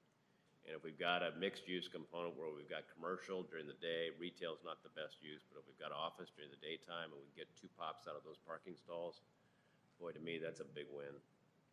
And then you obviously get the tax generation from the office, the affordable component above the garage, so it balances I don't know nicely. the particulars of the design, I never really studied it, but, yeah. Okay. Okay, and then C&M Motors? C&M Motors, I think we already, that was already decided that there'd be put a sign on there, and, Yes. okay. I want to PDC thank, sign, PDC sign. PDC sign. I want to Great. thank you all for your input and your conversation. And certainly, we're available to have conversation around any of these projects. You'll see them all come forward as we do move the dispositions forward. And we will come back with Block R, with a bunch of alternatives in terms of FAR and density and options that would be available. Are we gonna have a follow-on discussion about some of the other properties, the one out there by Spartech, I think it is, that you, and the Jason Bjelland re-tenanted it, and the TriMet thing, and about strategies around that, try to get those moving down the road as well. I'd be really interested to, I don't know if there's an appropriate forum to do it, or if it's, you know, in your office, but just what can we do to move those out the door faster to, whether we've got a program component or whether we're just gonna sell it or whatever the case may be, to try to make something happen sooner. Okay. Thank you. Thank you. Thank you for the good work. Yeah, that's. Any other business? No? We're adjourned. Thanks.